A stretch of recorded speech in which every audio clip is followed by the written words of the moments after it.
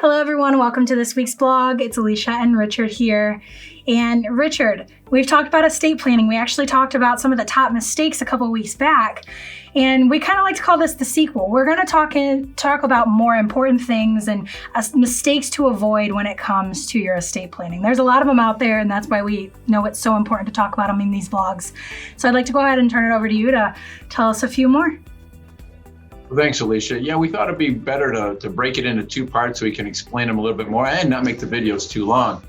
So some of the other things we see people make as we do the sequel to the first video is, leaving the assets outright to the beneficiaries. Sometimes it's not a bad idea, but some of the concerns that we always, again, express, and we expressed in the last video is, exposure to creditors. We live in this litigious society and people are suing over silly reasons very frequently. And so, and sometimes if somebody knows they're going to receive an inheritance, they can pre-attach it, or in those divorce proceedings, they can, again, pre-attach those inheritances that come in, or at least the money that's going to generate off those. An inheritance is a non-marital asset, so it should be protected in divorces, but sometimes when they're balancing out estates, those things get exposed, and we can avoid that.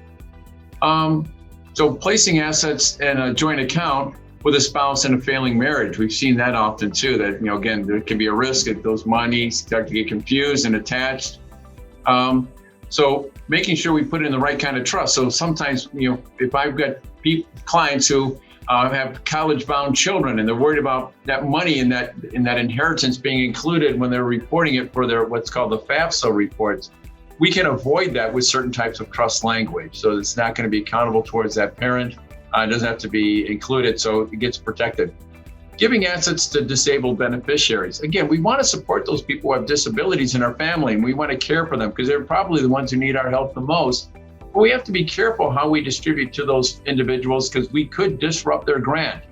And it was hard enough getting them onto that grant to begin with and get that disability finding through the Social Security system or whatever system we're doing it through.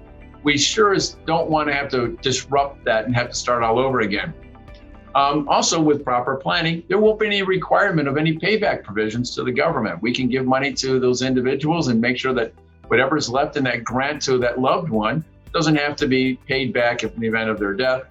The other big thing is, in many instances, not all instances, we can avoid the involvement of the probate court and how that money is going to be used for that disabled beneficiary. With proper estate planning, we can let the family decide how we're going to spend the money on the family and not have a judge watching over all that. There are all those people who need that help. The vast majority of America does not. The courts are busy enough, especially during this time, why encumber them even greater. Not communicating with successor trustees or executors. Let them know ahead of time that that'll be their job so they can prepare for it emotionally and mentally. There can be some big responsibilities in administering a will or administering a trust when you're that successor. So making sure that they're aware of what those responsibilities may be ahead of time can be very important. You've just lost your loved one, you've just lost your mom, your dad, and suddenly you jump into this big role and it can be very frightening. With some time ahead of time, it takes all that fear out of it. Not knowing where all the stuff is. That's our legal term for our property, is the stuff. And so often families have those assets in the small life insurance policy or investment account, and the children don't know about it. So we encourage people, put together that list so that the children will know where those things are and how's it titled. Are there beneficiary designations and who are they? Is it in the trust or not in the trust? And then the last one we see is not updating.